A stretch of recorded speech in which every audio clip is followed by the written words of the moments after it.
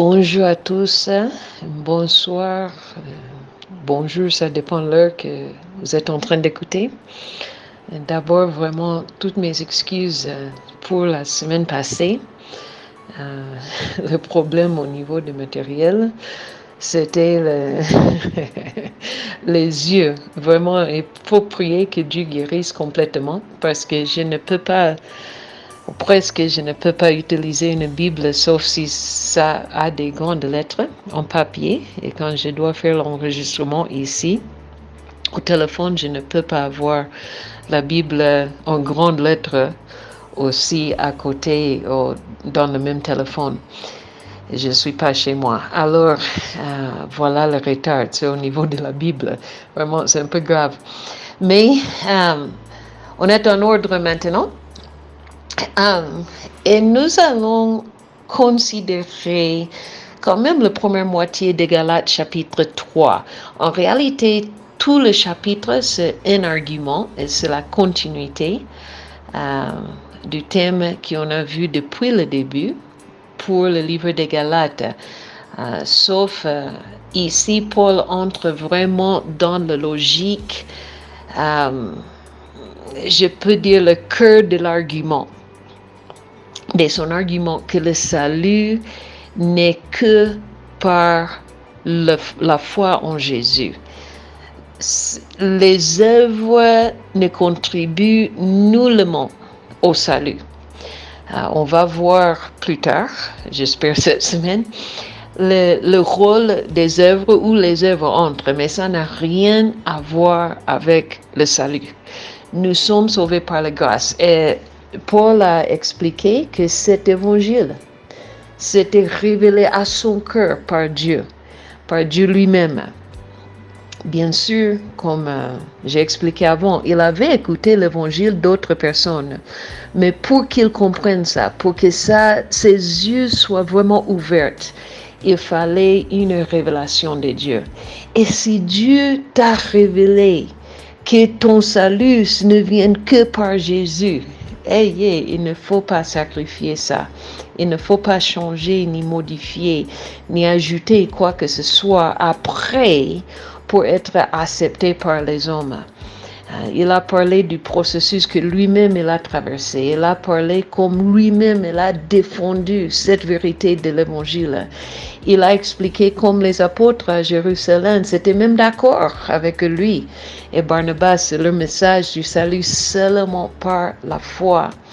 Mais aussi comme lui, il avait confronté même l'apôtre Pierre quand il a commencé à vivre de manière hypocrite par rapport à cette vérité du salut. Maintenant, il a clôturé chapitre 2. Bien sûr, il faut se rappeler, quand Paul a écrit tout ça, c'était une lettre, ce n'était pas divisé en chapitres. Mais de notre étude, il a clôturé l'histoire de Pierre en disant que je ne peux pas changer d'avis, je ne peux pas nier l'œuvre de la grâce de Dieu dans ma vie. Et si je rentre dans les œuvres de la loi, et ici il parle des œuvres cérémoniales, si je rentre en ça, alors je suis en train de compromettre ma foi. Maintenant, chapitre 3, il accuse les Galates d'avoir fait ce que lui-même il a refusé à faire. Regarde verset 1, Galates chapitre 3. Ô Galates, dépourvus de sens, qui vous a fasciné? D'autres versions disent qui vous a ensorcelé. D'autres versions encore qui vous a détourné. Qui vous a distrait? Qu'est-ce qui s'est passé? Qui vous a fasciné, vous, aux yeux de qui Jésus-Christ a été peint comme crucifié? C'est-à-dire moi-même, je vous ai prêché l'évangile. Je sais que vous avez écouté l'évangile, que notre salut, c'est seulement par l'œuvre de la croix. Je ne vous ai pas prêché un Jésus qui enseignait la circoncision qui insistait sur l'accomplissement des rites, qui insistait sur le respect de la loi alimentaire et tout ça. Non, je vous ai présenté l'œuvre de la croix. C'est ça le message. Je sais que vous avez reçu la vérité. Ça, c'est le message qui vous a trahi. Ça, c'est le message qui vous a sauvé. Ça, c'est le message auquel vous avez répondu. Maintenant, qu'est-ce qui s'est passé? Nous sommes probablement moins d'une année plus tard, 2 ans plus tard, et vous êtes déjà dans d'autres choses. Et ça, c'est vraiment la frustration de chaque vrai prédicateur de l'Évangile. C'est la frustration de l'enseignante de l'Institut biblique. Quand tu dis, je vous ai enseigné la vérité, vous-même vous avez accepté cette vérité, mais maintenant ce que vous êtes en train de vivre, ce que vous êtes en train de faire, c'est toute une autre chose. Voici seulement ce que je veux apprendre de vous. Réfléchissons ensemble, mes chers Galates. Est-ce par les œuvres de la loi que vous avez reçu l'Esprit? Ici, il ne parle pas du baptême du Saint-Esprit. Ici, il parle de la présence du Saint-Esprit qui accompagne le salut. Que le Saint-Esprit est venu habiter en vous.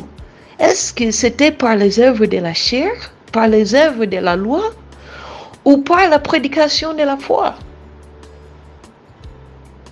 C'est quoi le moyen par lequel le Saint-Esprit est venu habiter en vous? Qui est celui qui vous a donné cette nouvelle vie? Est-ce que c'est parce que vous avez accompli une liste de quoi faire?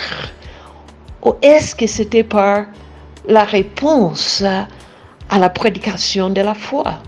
Êtes-vous tellement dépourvu de sens? Nous voyons vraiment le cœur frustré de Paul en tant que pasteur. Après avoir commencé par l'esprit, voulez-vous maintenant finir par la chair? Avez-vous tant souffert en vain? Si toutefois c'est en vain, vous avez déjà éprouvé peut-être le rejet de vos familles. Ici, il parle aux gens qui étaient convertis, qui étaient des païens, qui étaient des idolâtres. Évidemment, ils n'étaient pas des juifs par naissance. Et ils ont déjà souffert à cause de leur décision de suivre Jésus. Et maintenant, il y a les judaïsants, ce qui veut dire tout ça que Paul a prêché, c'est bel et bien, mais il faut aussi être circoncis. Il faut aussi respecter. Il ne faut pas manger le porc. Il ne faut pas manger ceci ou cela. Il faut respecter de telles normes. Et tous les myriades de normes rituelles qu'il y avait dans la loi. Et Paul dit, mais attendez, vous avez été sauvés par l'Esprit, n'est-ce pas? Et si l'Esprit a déjà fait ce que les œuvres ne pouvaient pas faire, est-ce que l'Esprit de Dieu ne peut pas finir l'affaire? Si la foi était suffisante pour transformer ta vie, comme on a parlé dans le dernier enregistrement, que les œuvres, les efforts humains ne peuvent jamais marcher. Nous sommes incapables de le faire. Alors, si c'est par l'Esprit que nous devenons capables de plaire à Dieu, de répondre à son cœur, alors est-ce que maintenant les œuvres, je vais dire superficielles, Paul va les appeler plus tard, les œuvres charnelles. On ne parle pas du péché, on parle des œuvres qui sont en relation avec le corps, l'existence physique. Et si c'est la foi qui vous a sauvé, si c'est la foi qui vous a transformé, pourquoi maintenant vous voulez rentrer à ce qui est plus faible pour achever le travail de ce qui était plus fort? Ce n'est même pas logique. Ce n'est même pas logique. Combien de fois, mes frères, et j'ai écouté. Bon, on comprend qu'on est des chrétiennes. On a reçu l'évangile de je ne sais pas qui. Mais aussi, il faut comprendre que nous sommes africaines. Et maintenant que nous sommes des chrétiennes, mais il faut aussi rendre l'évangile compatible avec la culture africaine. Mais attendez, la culture africaine ne pouvait pas vous sauver avant. Mais maintenant, vous voulez l'ajouter à l'œuvre de la croix. Mais si c'était inefficace avant, ça va te faire quoi maintenant? Et j'ai dit culture africaine, j'ai dit la même chose si j'enseigne dans un autre contexte. Hein. C'est la culture européenne, la culture américaine, la culture bouddhiste ou asiatique. Toutes ces cultures humaines, toutes ces coutumes, toutes ces pratiques, est-ce que ça pouvait nous sauver? Nullement. Nullement. Alors que tu as expérimenté le salut par la foi en Jésus, à cause de l'œuvre de la croix. Et maintenant, tu veux rentrer à ce qui était impuissant de faire quoi que ce soit. Pourquoi? Pourquoi? Celui qui vous accorde l'esprit. Ici, ce n'est que Jésus, hein? Ce n'est pas Paul, ce n'est pas l'homme de Dieu, ce n'est que Jésus. Celui qui vous accorde l'esprit et qui opère des miracles parmi vous. C'est intéressant que ça c'est au présent, qui opère, pas qui a opéré. Alors, Paul ne fait pas référence à son passage. Que moi, je vous ai donné l'esprit, moi, j'ai opéré le miracle. Non, tout ça, c'est dans le présent. Alors, ça parle de l'œuvre continuelle que Jésus faisait dans l'Église. Mais est-ce que Jésus fait tout ça par les œuvres de la loi ou par la prédication de la foi? Ce que Jésus a accompli déjà parmi vous, ce que Jésus continue à accomplir dans vos vies, est-ce que, à cause de votre obéissance à certains rites, je suis vraiment étonnée combien de fois que,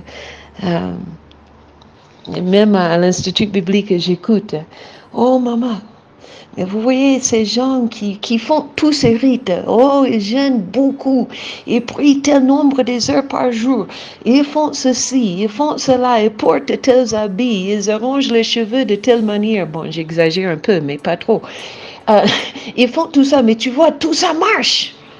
Hein? Ils ont des résultats. Et Paul est en train de dire, ok, mais qu'est-ce qui a amené ces résultats? Est-ce que c'était Jésus ou est-ce que c'était la coupure de votre cheveux?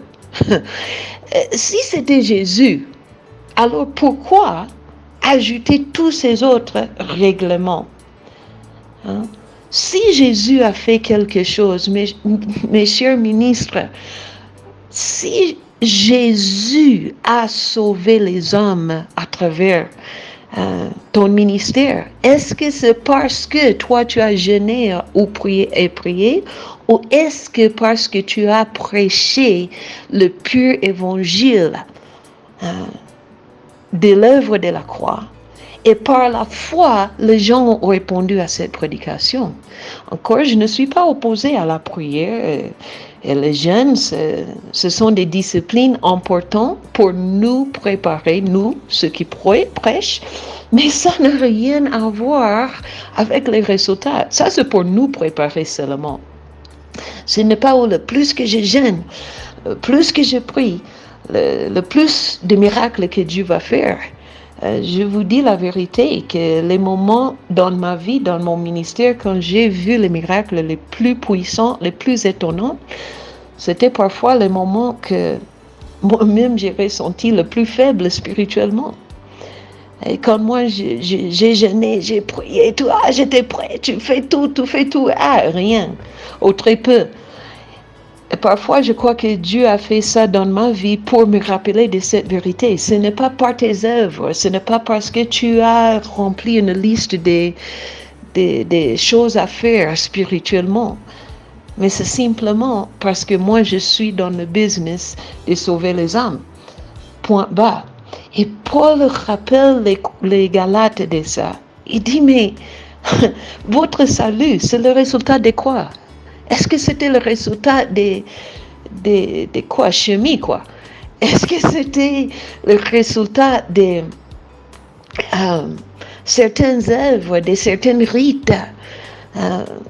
Mes frères, je vous dis, il y a des églises, malheureusement, même dans nos églises de l'SCC, malheureusement dans nos églises des assemblées de Dieu, ma communauté, que quand quelqu'un veut accepter Jésus et veut devenir un chrétien, mais ils sont vraiment loin dans le péché, mais nous leur donnons une liste des choses à faire. Non, il faut venir chaque jour à l'église pendant 7 jours. On va jeûner, on va prier, on ne voit rien toucher, on doit intercéder. Tu dois passer par beaucoup de séances de délivrance. Il ne faut pas oublier non plus l'offrande pour le pasteur qui va faire tout ça. Et c'est le pasteur d'ailleurs qui doit imposer les mains, qui doit faire ceci, qui doit proclamer, qui doit déclarer que Dieu vraiment nous pardonne. Finalement, qui sauve? Qu'est-ce qui nous a sauvés? Qui nous a sauvés? Et par quel moyen avons-nous reçu ce salut? Si ce n'est que par la croix, alors ne prêchons que la croix. N'ajoutons quoi que ce soit. C'est un gaspillage, c'est une souffrance vaine, vide, qui n'apporte rien. Et Paul maintenant, il va faire appel à l'histoire d'Abraham. Pourquoi? Bon, évidemment, comme j'ai dit, les personnes auxquelles il écrit, c'était principalement des païens qui se sont convertis. Mais ils étaient attirés parce qu'ils prêchaient beaucoup dans les synagogues. Alors, c'était souvent des païens déjà intéressés dans le Dieu des Juifs, qui étaient déjà des craintes Dieu. Et quand eux écoutent les Juifs qui commencent à parler, non mais vous voyez, c'est Abraham, notre père, qui a institué la pratique de circoncision. Parce que ça, c'est la grande chose ici dans le livre des Galates. Si tu veux vraiment être... si tu veux entrer dans l'alliance d'Abraham avec Dieu, il faut aussi être circoncis. Si tu veux avoir la relation qu'Abraham avait avec Dieu, il faut être circoncis comme Abraham. Alors, Paul fait rappel à cette même histoire d'Abraham. Verset 6. Comme Abraham crut à Dieu et que cela lui fut imputé à la justice. Reconnaissez donc que ce sont ceux qui ont la foi qui sont fils d'Abraham. Plus tard encore, il va retoucher cette histoire. On va le voir en avance. Mais si vous rentrez au livre de Genèse, vous allez voir que verset 6, Abraham crut à Dieu et que cela lui fut imputé à justice. Ce passage, c'est de chapitre 15. Ce chapitre 15, quand Abraham, c'était dans un autre moment de doute, quand il disait, bon, je vais seulement faire un héritier de quelqu'un de ma maison, d'Éléazar. Et Dieu a dit, non, pas ça. Pas ça. Je vais te donner un fils qui sera ton fils biologique par ta femme légitime, pas par une concubine, parce qu'il avait plusieurs enfants ailleurs, avec les concubines, ceci, cela, pour ne même pas parler d'Ismaël et tout ça. Dieu dit non, par ta femme légitime. Et ce chapitre 15 où la Bible dit Abraham crut à Dieu et Dieu lui a déclaré juste. Mais la circoncision, ce n'était pas institué jusqu'au chapitre 17, une année avant la naissance d'Isaac. Et Paul pose la question maintenant. Alors, Abraham était-il justifié par la circoncision? C'était la circoncision qui lui a donné l'alliance avec Dieu? Non, pas du tout. il était appelé juste par Dieu simplement à cause de sa foi à la parole de Dieu. C'est tout. C'est tout. La circoncision va venir après comme un signe de l'alliance qu'il avait déjà avec Dieu. Mais ce n'était pas pour entrer en alliance qu'il était circoncis. L'alliance que Dieu avait faite avec Abraham, c'était chapitre 12. Alors on est vraiment loin, plusieurs années avant l'institution de la circoncision. Et Paul est en train de dire, regarde, même votre père Abraham, celui que vous dites est celui qui vous a donné ces pratiques et ces coutumes de la circoncision, même lui, il était déclaré juste avant qu'il ne soit circoncis. Verset 8. Aussi l'Écriture, prévoyant que Dieu justifierait les païens par la foi, a d'avance annoncé cette bonne nouvelle à Abraham. Quelle bonne nouvelle? Que toutes les nations seront bénies en toi. De sorte que ceux qui croient sont bénis avec Abraham, le croyant. Hey! Wow!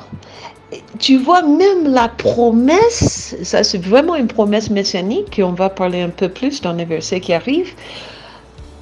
L'alliance, la promesse venait quand Abraham c'était encore incirconcis. La circoncision n'avait rien à voir avec la relation d'Abraham avec Dieu. Ça n'avait rien à voir avec sa considération comme un homme juste. Ça n'avait rien à voir avec l'accomplissement de la promesse de Dieu qu'à travers ta postérité, qu'on va voir devant, toutes les nations de la terre seront bénies. Alors, même Abraham, que vous regardez beaucoup là-bas, Paul est en train de dire aux Galates, lui-même, il était sauvé par la foi. Il est entré en alliance avec Dieu par la foi, et seulement par la foi. Car, regarde 10, tout ce qui s'attache aux œuvres de la loi sont sous la malédiction. Mais comment, Paul? Ça, c'est quand même un peu extrême, hein? La loi aussi, c'était donnée par Dieu. Mais il explique, car il est écrit, maudit est quiconque n'observe pas tout ce qui est écrit dans le livre de la loi et ne le met pas en pratique. Alors, simplement, Paul répète cette vérité. Qui est capable de vivre 100% toute la loi? Parce que malgré ce que même les pharisiens voulaient dire à l'époque de Jésus, la loi ne touche pas seulement l'extérieur. La loi parle aussi, je crois que j'ai mentionné, le 10e commandement, la convoitise. Non. La loi touche le livre de Lévitique, l'attitude vis-à-vis les orphelins, par exemple, les étrangers, les pauvres, ou même vis-à-vis les riches. Les attitudes du cœur sont aussi touchées par la loi. Mais est-ce que l'homme, un homme, quiconque, soit vraiment capable d'obéir en tout point la loi? Voilà pourquoi, mes frères aussi, je vais vous dire, vous que vous aimez beaucoup réclamer les bénédictions de Deutéronome 28, c'est garanties, ces promesses, bon, d'abord, sont données à Israël en tant que nation, mais deuxièmement, ils sont donnés lorsqu'on obéisse toutes les exigences de la loi. Alors, si tu veux réclamer cette liste de promesses, est-ce que tu as vraiment accompli toutes les exigences de la loi? Et Paul nous a dit c'est impossible. Si tu dis que j'ai accompli toutes les exigences de la loi, tu mens. Et voilà pourquoi il dit, Si la personne qui n'observe pas tout ce qui est écrit dans le livre de la loi, il est maudit, alors nous tous, nous sommes maudits. Et la personne qui cherche son salut par la loi, il est maudit parce qu'il est incapable d'y arriver. Ce n'est pas que la loi n'est pas bonne. Le problème, c'est que la loi est trop bonne. La loi est trop parfaite. Et nous ne sommes pas des êtres parfaits. Nous sommes des êtres vraiment faibles, avec une nature pécheresse qui, depuis notre naissance, nous portons cette nature de rébellion. Ce n'est pas la société. Regardez tes enfants, vous que vous avez des enfants à la maison, avant même qu'ils ne commencent l'école, avant que tu ne les laisses courir avec les autres enfants du quartier. Parmi les premiers mots que les enfants apprennent dans toutes les sociétés du monde, je crois, c'est le mot non. Non. Non. Mais d'où vient ça? Qui les a enseigné la rébellion? C'est inné, c'est dans nos cœurs, c'est dans notre être. Voilà pourquoi nous sommes maudits par la loi. Verset 11. Et que nul ne soit justifié devant Dieu par la loi. Cela est évident. C'est vraiment évident. Parce que c'est impossible que quelqu'un obéisse complètement à tout moment et pour toute sa vie, toutes les exigences de la loi. À l'extérieur et les exigences internes. C'est impossible. Et voilà pourquoi aussi, il est dit, le juste vivra par la foi. Le contexte, c'est Habakkuk, je crois qu'on a étudié aussi ensemble ici, où le prophète Habakkuk était en train de remettre en cause le jugement de Dieu. Et Dieu dit, Habakkuk, tais-toi. Tais-toi. Ne remettez pas en cause mon jugement. La parole de jugement que j'ai donnée, ça va s'accomplir si tu veux ou pas. Et si tu es juste, tu vas seulement accepter ma parole. Tu vas me croire seulement. Tu vas dire, ok Seigneur, fais ce que tu veux. Et Paul maintenant prend ce passage pour dire, tu vois, ce n'est pas à nous de discuter les termes avec Dieu, comme le prophète Habakkuk a voulu faire, négocier avec Dieu. C'est ça ce que les Galates étaient en train de faire. On a commencé par la foi, mais maintenant on va ajouter un peu des coutumes, on va ajouter un peu la loi mosaïque, on va ajouter les coutumes de la circoncision donnée par Abraham, et comme ça nous serons de très bonnes chrétiennes. Et Paul a dit non, le juste ne vivra que par la foi. On accepte. Si Dieu a dit tu es sauvé par la grâce, tu es sauvé que par la grâce. C'est quoi le problème? Pourquoi voulez-vous, comme le prophète Habakkuk, pourquoi voulez-vous discuter avec Dieu, négocier, dire je me tiens sur mon poste, je vais voir ce qu'il va me répondre. Ça, c'était vraiment un mot de défiance de la part du prophète. Non, non. Et Paul dit non. Et il dit aux Galates, vous êtes en train de faire le même, d'être défiant, méfiant envers Dieu. Parce que vous voulez mélanger ce qui est déjà passé. Et tu veux le mélanger maintenant. Ce mélange ne marche pas. Le juste vivra seulement par la foi. Or, la loi ne précède pas de la foi. La loi ne procède pas de la foi. C'est-à-dire, on ne commence pas par la foi et ça produise maintenant. La loi, non. Mais elle dit, celui qui mettra ces choses en pratique vivra par elle. Tu ne peux pas mélanger et la loi. C'est important ici aussi, je répète mes frères, nous parlons de la loi cérémoniale ici. Nous ne parlons pas de la loi morale. Nous ne parlons pas des 10 commandements. Hein. On va parler de ça plus tard dans ce même livre. Mais la loi cérémoniale, vous ne pouvez pas le mélanger. La loi ne procède pas de la foi, parce que la loi, c'est sur base d'obéissance purement. Celui qui mettra ces choses en pratique vivra par elles. Et si tu ne peux pas tout obéir, alors tu es maudit. Alors tu ne peux pas mettre la foi entre où là? Il n'y a pas de la foi. C'est l'obéissance seulement.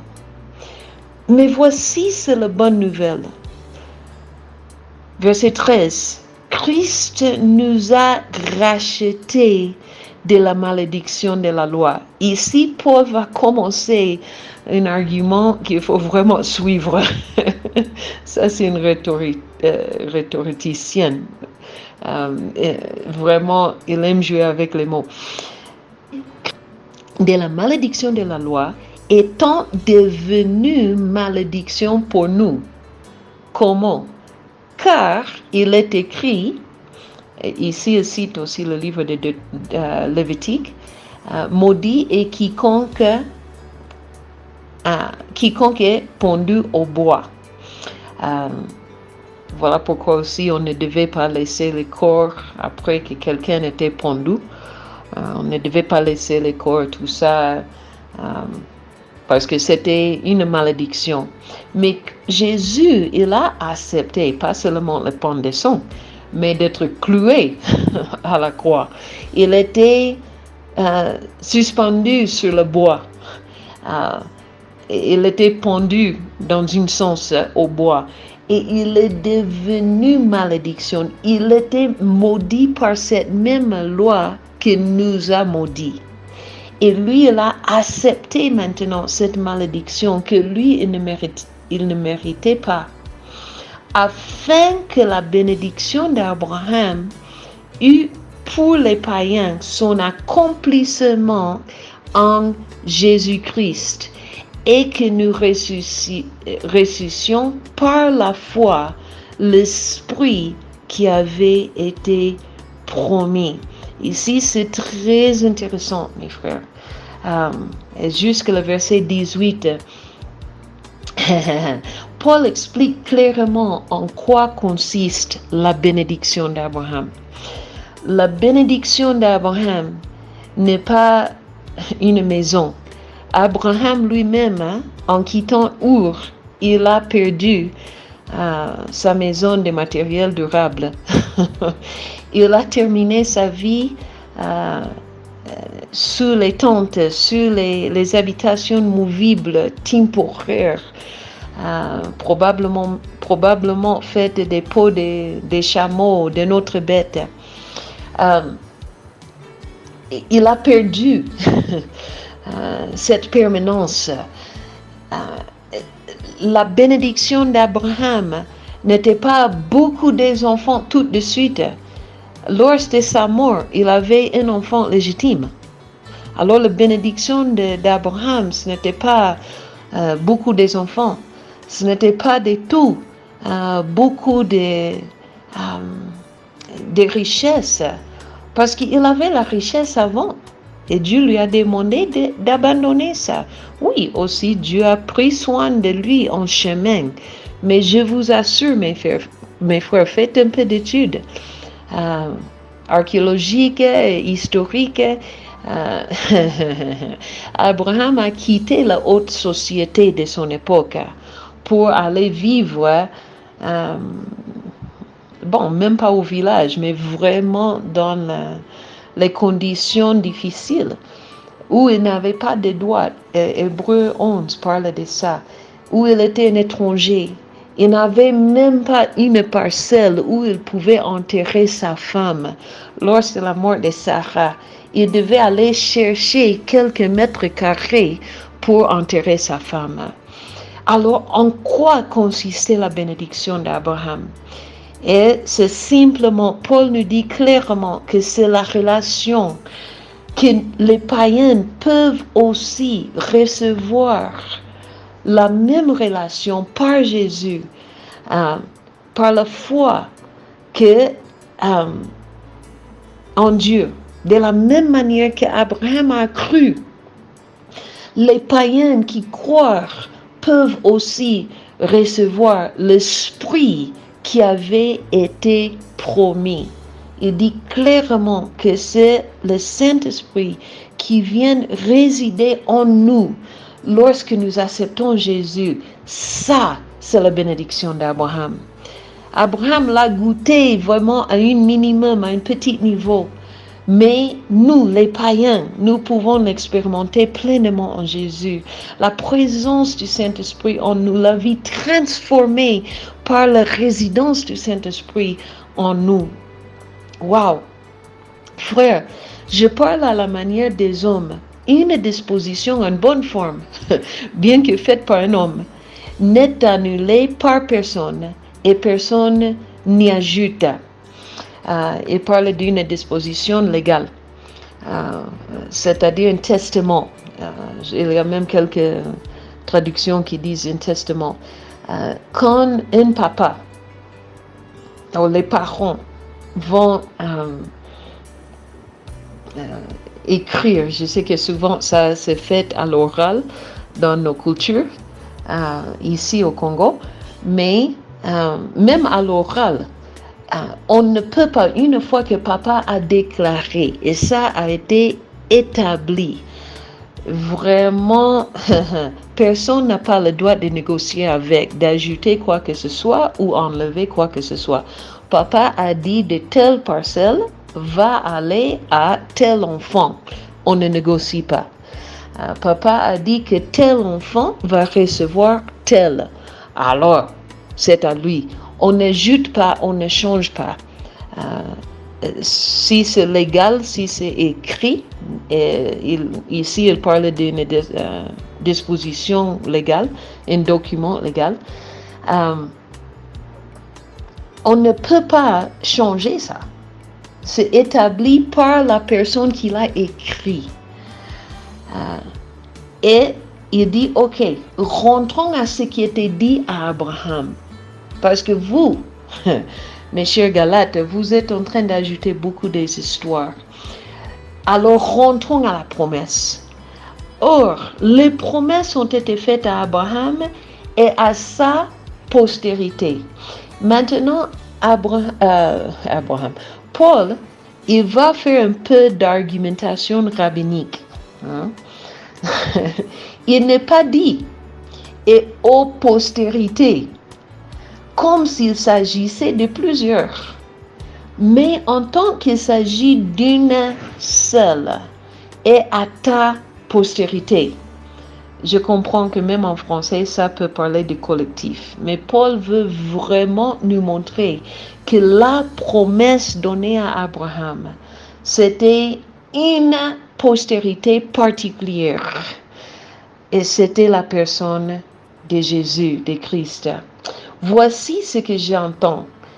Une disposition, une déclaration officielle, un document légal que Dieu a confirmé antérieurement ne peut pas être annulé. Et ainsi la promesse rendue vaine par la loi survenue 430 ans plus tard. Vous voyez?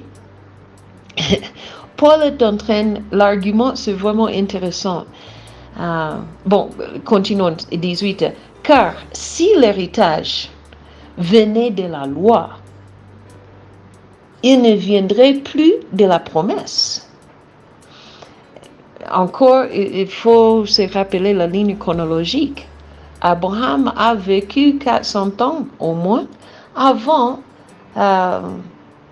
Moïse, avant que Moïse a reçu la loi sur Mont Sinaï. Alors, si même les Juifs sont devenus le peuple de Dieu, ils sont entrés en alliance par la loi, alors ce n'était pas par Abraham. Si ils sont entrés en alliance avec Dieu à cause de la foi d'Abraham, alors ce n'était pas la loi. Je ne sais pas si vous avez suivi l'argument. Ils étaient déjà, les descendants d'Abraham, c'était déjà inclus dans la promesse de cette... la promesse, c'est toujours missiologique, qu'à travers de toi, toutes les nations seront bénies. Alors, est-ce que la promesse, ce qu'Israël disent en avoir, est-ce que ça vient de la foi d'Abraham ou est-ce que ça vient de l'obéissance à la loi? Et Paul dit, la loi venait après, et beaucoup après. Mais la parole était déjà donnée à Abraham. La promesse que je te ferai mon peuple, vous serez mon peuple, je serai votre Dieu. À travers de vous, toutes les nations de la terre seront bénies. Ça, c'était seulement à cause de la foi. La loi vient après. Il avait sa raison d'être, mais ce n'était pas par ça qu'on est devenu le peuple de Dieu. Car, verset 18, si l'héritage venait de la loi, il ne viendrait plus de la promesse. Alors, Abraham n'avait pas, il n'avait rien reçu. La promesse, c'était vide. Or, c'est par la promesse que Dieu a fait à Abraham ce don de sa grâce. Abraham était sauvé par la grâce de Dieu et par la foi qu'il avait placée à la parole de Dieu. Abraham n'avait même pas la loi. Il n'avait même pas les 10 commandements. Voilà pourquoi on voit toutes les bêtises que lui-même il a fait. Il n'avait pas tout ça. Ça allait venir après pour nous montrer comment le peuple qui sont en alliance avec Dieu doit vivre. Voilà le rôle de la loi. Mais ce n'était pas pour nous sauver. Pourquoi donc la loi? Je vais m'arrêter là. Après, on va considérer un peu le rôle de la loi. Parce que la loi avait sa fonction. Nous ne disons pas que la loi de Dieu, c'était mauvaise. Parce que c'était la loi de Dieu. Une autre petite note ici, mes frères, il ne faut pas mettre la loi de Dieu, l'appeler seulement les traditions des Juifs. Et le mettre au même niveau de toutes nos traditions païennes, qui viennent de nos cultures païennes. Non, non. La loi de Dieu, c'était la loi de Dieu. Oui, les Juifs aussi avaient ajouté beaucoup de traditions qui n'étaient pas dans la loi. Ça devait vraiment tomber à côté. Mais la loi, c'était donnée par Dieu. Pourquoi? Ce n'était pas pour nous sauver, parce que Dieu lui-même savait que c'était impossible que nous puissions obéir tout. On va voir. Peut-être même demain, je ferai un effort de nous donner la suite. C'était quoi alors le rôle de la loi, si ce n'était pas pour nous sauver? Mes frères, mes sœurs, je conclus seulement en nous disant, rentrons à ce premier quelques versets de chapitre 3. Nous avons, et j'espère que chacun de nous avons un témoignage clair de ce moment quand Jésus est entré dans notre vie, quand il nous a transformés complètement, quand nous avons répondu à l'amour manifesté à la croix, quand on a dit oui Jésus, je crois que tu es mort pour moi. Alors, si nous avons été sauvés par la foi, est-ce que nous avons commencé à compliquer l'évangile depuis lors? Est-ce que nous avons commencé à mélanger les autres choses, les autres exigences à l'évangile que nous prêchons et nous pratiquons? Ou est-ce que nous grandissons dans cette foi par le même moyen que nous avons été sauvés? Et c'est simplement par la foi. Par la foi. Est-ce que je crois à la parole de Dieu? Ce n'est pas la foi pour les choses, c'est la foi en une personne. Est-ce que nous avons mélangé des choses avec? Est-ce que nous avons fait un évangile dépourvu de sens?